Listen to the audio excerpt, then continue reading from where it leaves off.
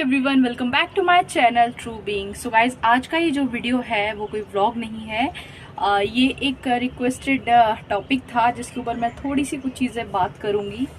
And मैं सोच रही थी इस वीडियो को बनाऊँ ना बनाऊँ, और कल का मैंने पूरा टाइम लिया इस चीज़ को डिसाइड करने में, बिकॉज ये टॉपिक ही कुछ ऐसा था।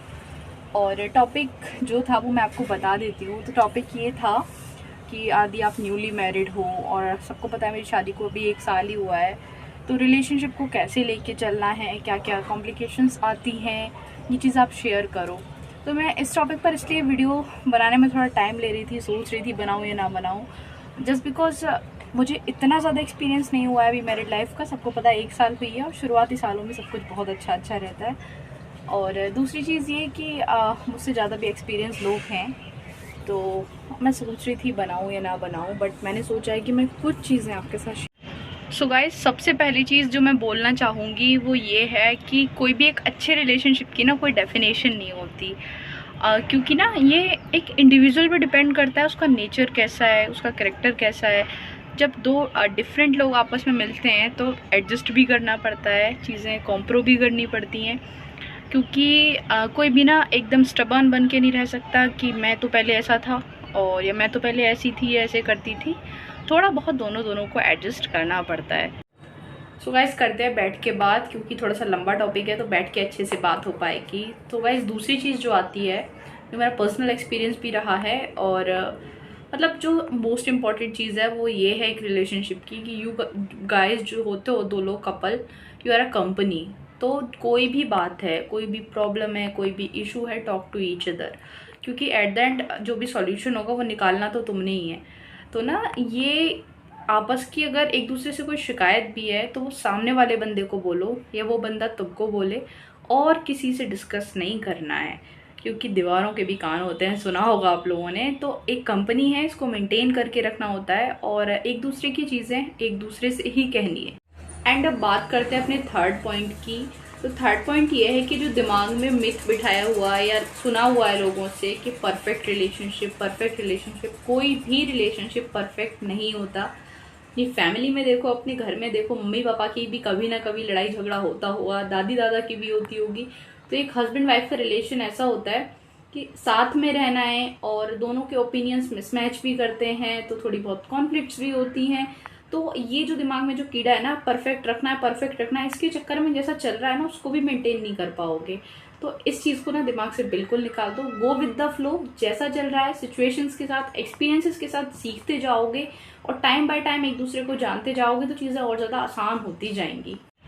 एंड गाइस, सबसे मोस्ट इम्पॉर्टेंट चीज़ एक और होती है रिलेशनशिप में, और जो कि मुझे फर्स्ट टाइम पे बतानी चाहिए थी बट मैं उसको 4th या 3rd नंबर पे बता रही हूँ, वो है ट्रस्ट एंड रिस्पेक्ट। और ट्रस्ट किन चीज़ों से बनता है? आप लाइफ में कुछ भी काम कर रहे हो, चाहे वो छोटे से छोटा डिसीजन है आपकी लाइफ का या आपकी फैमिली से रिलेटेड है या बहुत बड़ा डिसीजन है, आपको उसमें अपनी वाइफ को ना इन्वॉल्व रखो जितना ज़्यादा हो सके। और अगर वाइफ ले रही है तो हस्बैंड को इन्वॉल्व रखो, क्योंकि जब आप एक डिस्कशन करके शेयर करके कोई भी डिसीजन अपनी लाइफ में रहते हो ना, तो सामने वाले को ट्रस्ट रहता है कि यार ये कोई काम करेगा बंदा तो मुझसे पूछेगा एक बार, या कोई काम करेगी तो मुझसे पूछेगी। तो इससे क्या है, आपका ट्रस्ट बिल्ड होता है और बहुत ज़्यादा स्ट्रॉन्ग होता है। तो ट्रस्ट को तो मेंटेन रखना ही रखना है, साथ में एक दूसरे की रिस्पेक्ट बहुत ज़्यादा करनी है। लड़ाई हो झगड़ा हो, इंसान है, होता है, गुस्सा आता है, कुछ भी इतनी ज़्यादा बदतमीज़ी नहीं कर देनी है या लिमिट क्रॉस नहीं करनी है कि बाद में तुमको भी पछतावा हो और सामने वाले को भी पछतावा हो। तो क्या है, रिस्पेक्ट अपनी मेंटेन रखनी है और ट्रस्ट को बिल्ड करना है जितना ज़्यादा कर सको। एंड गाइज, ऐसा भी नहीं करना कि पूरा ध्यान अपना उसको अपने हस्बैंड पे रखना है या हस्बैंड को वाइफ पे रखना है, क्या कर रही है, क्या खा रही है। थोड़ा सा स्पेस भी ज़रूरी है, थोड़ा सा स्पेस दो उसको, अपनी चीज़ें एंजॉय जियो और जीने दो, सीधा सा फंडा है ना। और घर का एनवायरनमेंट अच्छा रखो, हंसी मजाक करो, बर्दाश्त करो, हंसी मजाक करो, आपस में लड़ाई झगड़े हो कोई बात नहीं, थोड़ी देर रूठ जाओ, मना लो, ऐसे ही एक हैप्पी रिलेशनशिप चल पाता है। और दूसरी चीज़, किसी को इंस्टाग्राम पे, यूट्यूब पे देख के, या मैं तो अपनी भी कह रही हूँ, मुझे भी देख के, कैमरा पे देख के किसी को ऐसे इंस्पिरेशन नहीं समझना कि हाँ इसका रिलेशनशिप अच्छा चल रहा है तो मुझे अपना ऐसा ही चलाना है, क्योंकि हर चीज़ जो कैमरे पे होती है, कैमरे के पीछे भी एक दुनिया होती है। तो ऐसा मतलब किसी को कॉपी तो करना ही नहीं है कि जो भी आपकी लाइफ में कॉन्फ्लिक्ट्स हो रहे हैं, हो सकता है वो सामने वाले की भी ज़िंदगी में होते हों, क्योंकि भाई थोड़ी बहुत चीज़ें हर जगह चलती हैं, हर रिलेशनशिप में चलती हैं। तो सारी चीज़ों को साथ में लेके चलते हुए थोड़ी देर को दिमाग में आई निकाल दी, मूव ऑन करो। सो गाइज ये कुछ पॉइंट्स हैं जिनको मैं फॉलो करती हूँ, हो सकता है आपको भी हेल्प करें। एक बार फिर से रिमाइंड करा देती हूँ।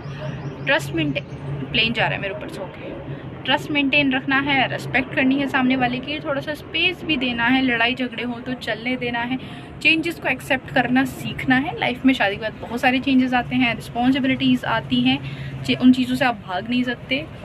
और जॉयफुल रहना है, एंजॉय करना है, घूमो फिरो साथ में, जितना हो सके टाइम स्पेंड करो, चिल आउट करो, जितना एक दूसरे को जानोगे, टाइम दोगे, उतना समझोगे।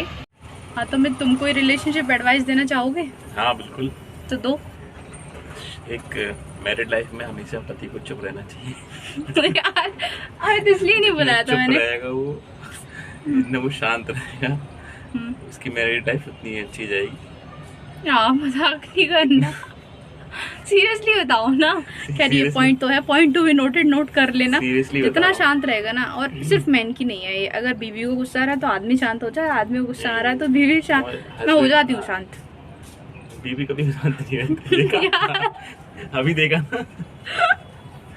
सो गाइस इसी के साथ करते हैं इस वीडियो की एंडिंग। मिलते हैं नेक्स्ट वीडियो में। करती है सबको। और भी किसी टॉपिक पे कोई ज्ञान चाहिए मुझसे या मेरे पति से तो कमेंट सेक्शन में लिख देना, हम नेक्स्ट वीडियो बना देंगे।